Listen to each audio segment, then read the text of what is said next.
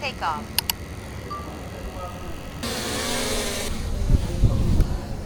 A few moments later. Ay, pag minamalas ka naman. Inatake ng ibon yung drone natin, guys. Buti nag-crash sa may pool. Ayun, doon nag-crash. Pucha. Sira yung drone.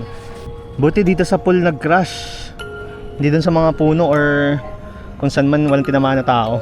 Sa pool siya talaga nag-crash, guys. Ayun, dami kasing ibon, oh. Ay, malas talaga. Ay, shit. Pagmamalasin nga naman.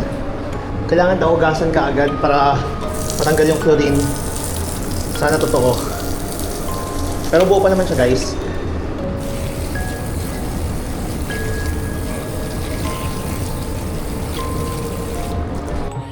Okay guys, nandito tayo ngayon sa South Drone Kalikot.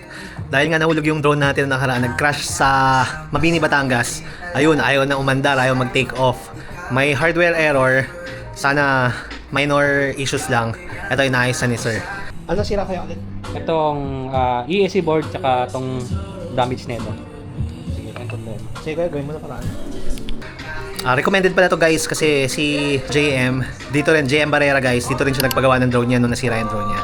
Kaya pag may problema kayo sa drone, dito kayo magpaayos guys. Buti na lang pala guys, so nahulog sa pool, hinugasan ko agad ng tubig. Yung pala yung tamang gawin, kapag yung drone nyo magka-crash, lalo na sa dagat, pagkakuha nyo, hugasan nyo ng malinis na tubig. Pero wag naman ganun katagal, siguro mga 10 to 15 seconds, hugasan nyo lang para matanggal yung chlorine. Sumisira kasi ng mga electronics yun or ng mga parts or something, hindi ko alam kung ano sisira nun. Pero yun yung sabi ni sir. Actually, nung nag-crash yung drone ko, chinat-GPT ko agad kung ano yung unang gagawin ko. Kaya, ayun, nakalagay naman doon, hugasan ko agad. Kasi, ayun nga, sisirain daw ng chlorine yung mga parts. Tinanong ko kay sir, tama rin daw. Yun daw din yung tamang gawin.